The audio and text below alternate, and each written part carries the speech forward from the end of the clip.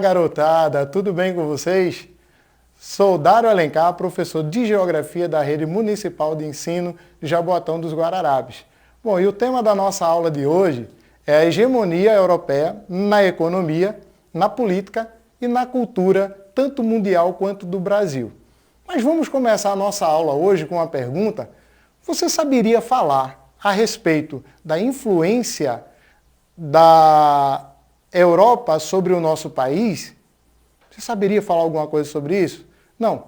Mas para a gente falar um pouco sobre isso, a gente tem que navegar um pouco na história do continente europeu. Simbora? Vamos comigo? Vamos lá? Bom, primeiro precisamos entender o seguinte, ou de repente apenas lembrar. Preste atenção no detalhe. A língua oficial, o idioma oficial do nosso país, ou seja, a forma como nós nos comunicamos de maneira oral e escrita, é o português. E esse português, na verdade, ele vem herdado de Portugal. Ora, Portugal é um país que está localizado no continente europeu. Muito bem, vocês acertaram, no continente europeu. Que massa! Bom, mas se a gente pensar um pouquinho, a Europa está distante do Brasil? O Recife está distante de Portugal? Sim. Agora vamos pensar. Como é então que esses europeus conseguiram chegar até outros continentes? Bom, essa aventura que nós estamos narrando, ou falando um pouco, ela se inicia, na verdade, no século XVIII, no século XIV, perdão. Ela tem no século XIV seu início mais precisamente. Bom, mas quando a gente fala para efeito de grandes navegações, porque na verdade os europeus, em outros momentos, já haviam se comunicado com outros continentes. Inclusive, na verdade, um dos fatores que impulsionaram esse processo de tomada dos europeus sobre outros continentes, esse processo, na verdade, se inicia com uma série de fatores.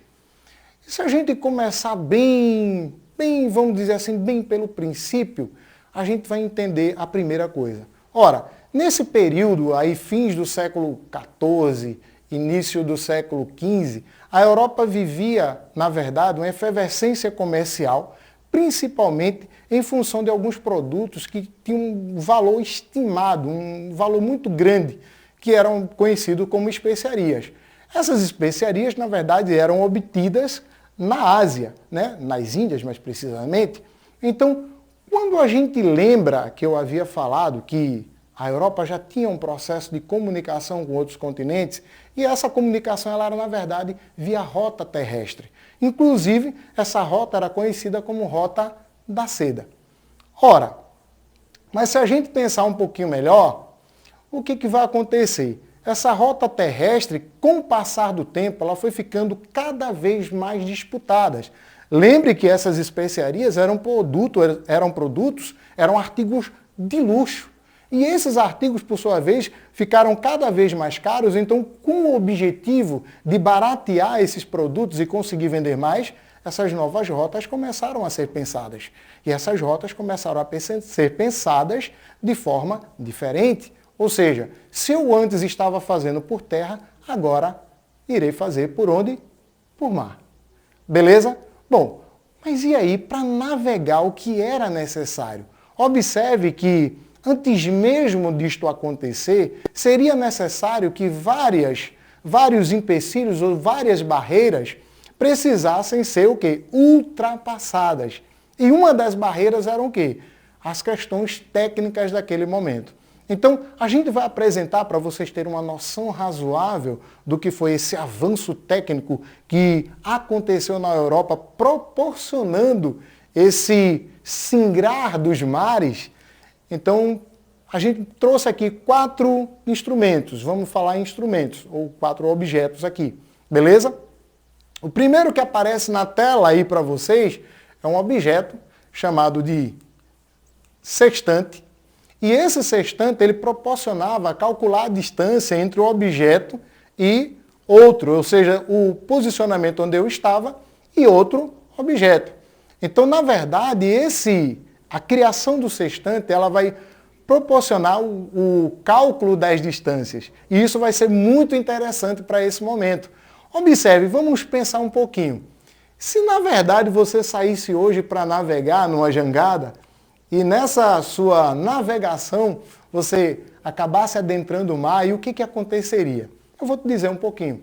No primeiro momento, você iria ser tomado por um certo desespero porque você estava em volta de água, e muita água. Mas naturalmente, quando você olhasse para trás, você veria o quê? O continente lá presente. Então isso descansava um pouco teu aperreio, vamos assim dizer, né? Tua preocupação, porque ao final das contas você ainda conseguia ver terra.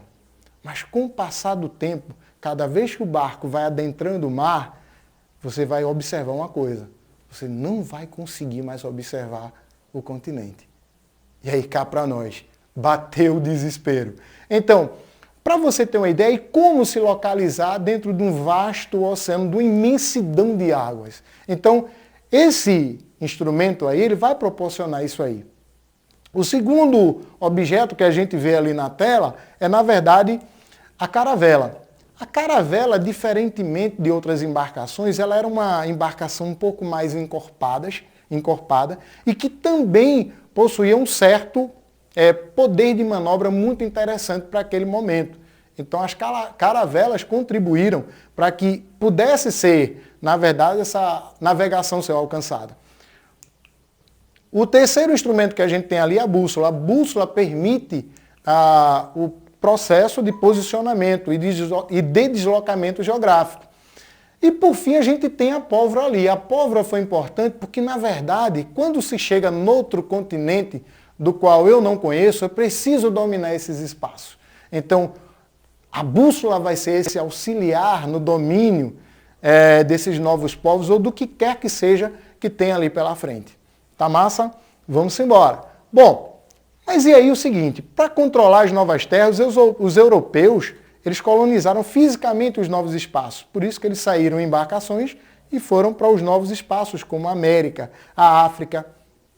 Né? Então, nesse processo aí, aconteceu um fenômeno conhecido como colonização. Então, na verdade, colonialismo e a colonização era o processo em que isso se efetivava. Então a colonização era nada mais, nada menos do que o domínio do povo que chegava sobre aqueles autóctones ali. Beleza?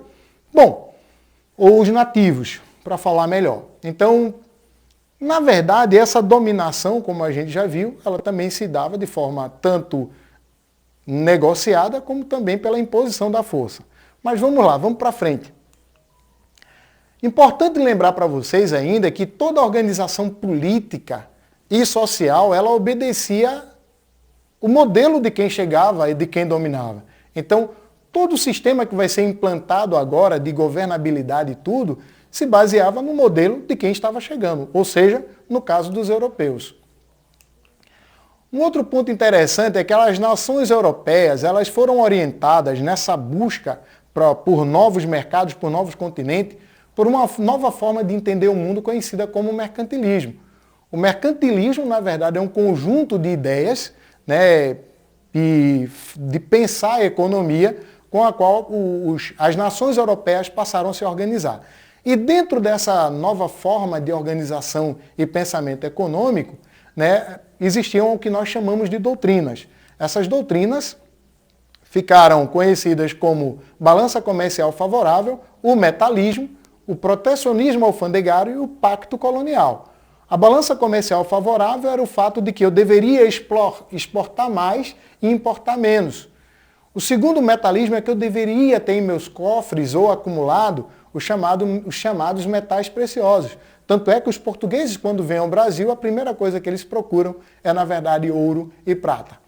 O terceiro ponto é o protecionismo alfandegário, a maneira com a qual eu começo a implantar impostos para que não haja muita importação, mas sim favoreça o processo de exportação. E o pacto colonial, muito embora a palavra pacto aí surja como uma ideia de coisa conciliada, ou seja, de um acordo, não é. Na verdade, é um processo de imposição do dominador sobre o dominado.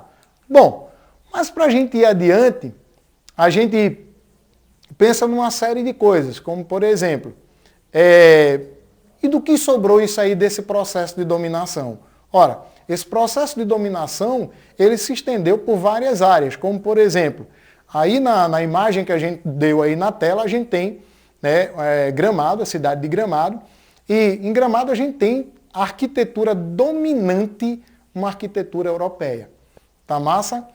No segundo slide a gente tem, na verdade, uma festividade, a chamada Festa do Divino Espírito Santo, que é uma festividade nos moldes europeus, mas que acontece aqui no nosso território, no nosso Brasil. No terceiro a gente tem também, observem aí, a gente tem a quadrilha junina, e essa quadrilha junina também é um processo com o qual a gente herdou essas ideias. Tá beleza? E no quarto a gente tem também uma ópera que, no final das contas, é também um processo cultural de dominação que a gente tem aí. E aí, galera, gostaram? Na próxima aula a gente tá junto e vamos complementar o que a gente viu hoje. Beleza? Tudo bem com vocês? Simbora, meu povo!